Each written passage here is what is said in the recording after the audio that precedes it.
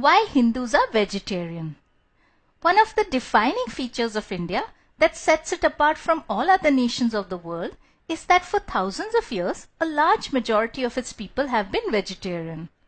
Thousands of years before PETA came into vogue, the Hindu people embraced vegetarianism and became earnest supporters for the ethical and compassionate treatment of animals. But why was this so? In this video, we will go through two extraordinary spiritual reasons why the Hindu system of yoga lays so much emphasis on having a pure vegetarian diet. The first reason I am going to describe is deeply profound but a little heavy on detail, so please bear with me. So why does Hinduism champion vegetarianism? Reason number 1. The Hindu religion, as we know, has its firm roots in Vedanta philosophy. The singular aim of Vedanta philosophy is to place before a person a practical path following which they can come to realize their true self, whereby they can actually experience for themselves that they are not a perishable body, but that they are the Atma or soul, pure, infinite, eternal, that has never been born and which will never die. What's more, since the soul itself is an indivisible part of the infinite ocean of consciousness called God, therefore, realizing the soul is actually the same as realizing God himself. So keeping this goal of soul or self-realization in mind, Vedanta has prescribed the 4 yogas. Karma Yoga, or the path of unselfish action, Jnana Yoga, or the path of spiritual knowledge, Bhakti Yoga, or the path of devotion, and Raj Yoga, or the path of meditation. The aim of all 4 yogas being one and one alone, and that is to quell the perturbations in the mind. But why is it so important to quieten the mind? In the answer to this question lies the real explanation why Hinduism urges those on the path of self-realization to be vegetarian. So the answer is as follows.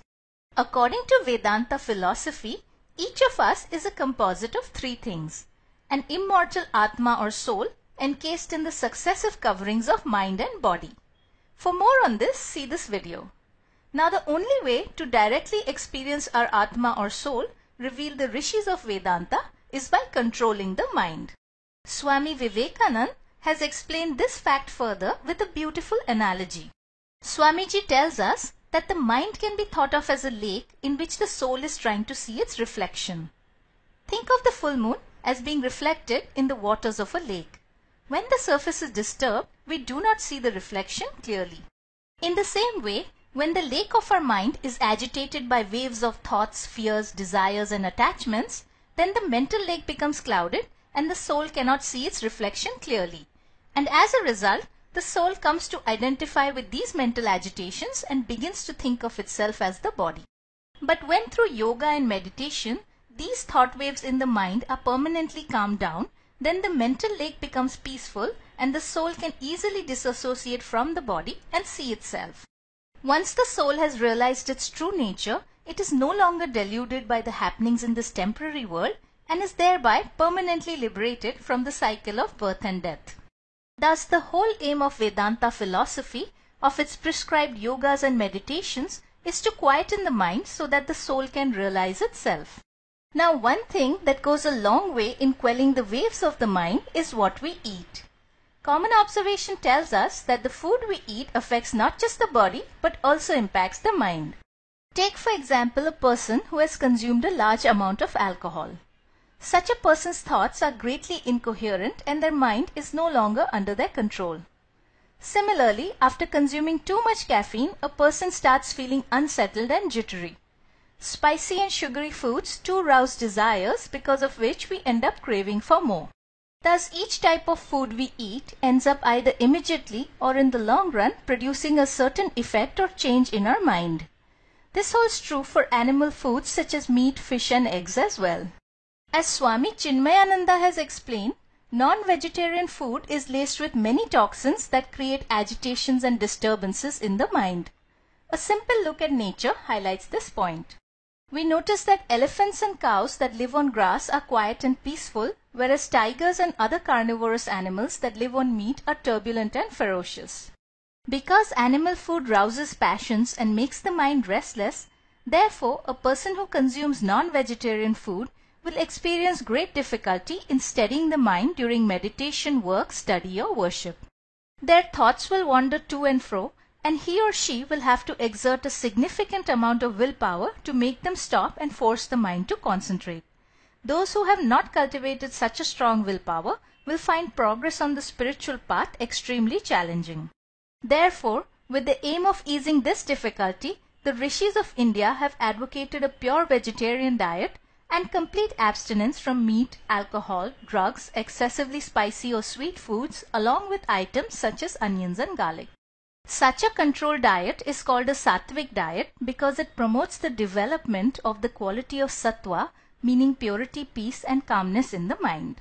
By eating the right kind of sattvic food, a person on the path of self-realization can save tremendous time, energy and effort and hasten the process of bringing their mind under total control. So this is the first reason why Hinduism promotes vegetarianism. The goal is to make self, soul or God realization or samadhi easier to attain. A second equally profound reason has been offered by Swami Abhedanand, who was a direct disciple of Sri Ramakrishna just like Swami Vivekanand was.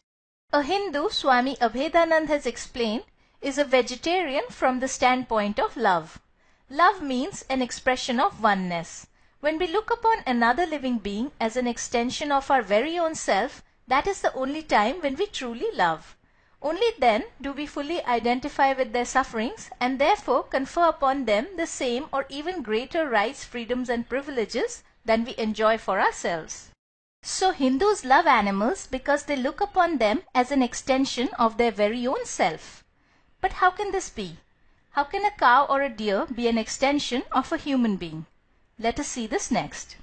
In India, starting from the age of the Vedas many thousands of years ago, up until our present times, there have arisen many great sages who have consistently and repeatedly verified, based on their own meditative experiences in the superconscious states of samadhi, that the entire universe actually originates from one unifying and non-material substrate of consciousness, which the Vedas call as Brahman or God or the Absolute. As Swami Vivekanand has explained, in this ocean of consciousness, each of our individual Atma or soul can be thought of as a wave. Behind every human, animal, plant, even atoms of matter is a wave, a little bit of conscious intelligence or soul working. In matter, this consciousness is deeply veiled or dormant, whereas as we move up the evolutionary chain from plants, animals to humans, more and more of the underlying soul's intelligence and consciousness is being expressed. Next, and here comes the really amazing part, if we think about it, each wave is actually the whole ocean itself. This is because there is no way to demarcate where the waters of a soul wave end and those of the ocean of God begin. In other words, there is no boundary that confines my soul to a particular region. In fact, my soul continues like an endless ocean and forms the souls of all other human beings and even animals. It is for this reason that the Chandogya Upanishad declares that Tvam Asi, you are that, you are the infinite ocean of consciousness.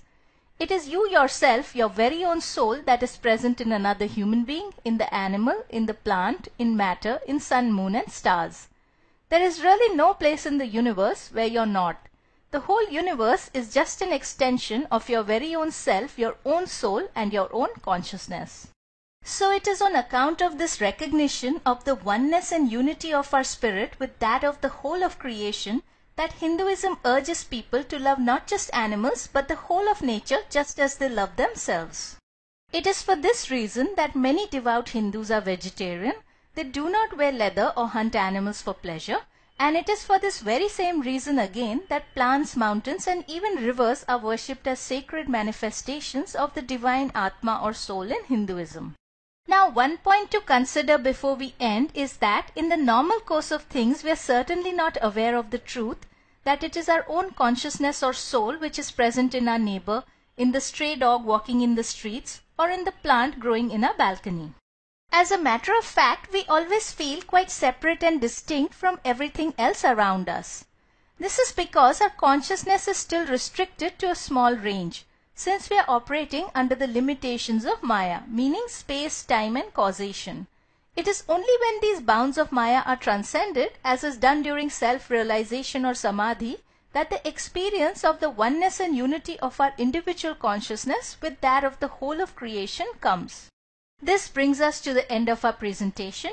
If you have further questions in your heart surrounding God, soul, consciousness, life or death, then here are some great articles on the website for reading. Thanks for watching, and I shall see you in the next video.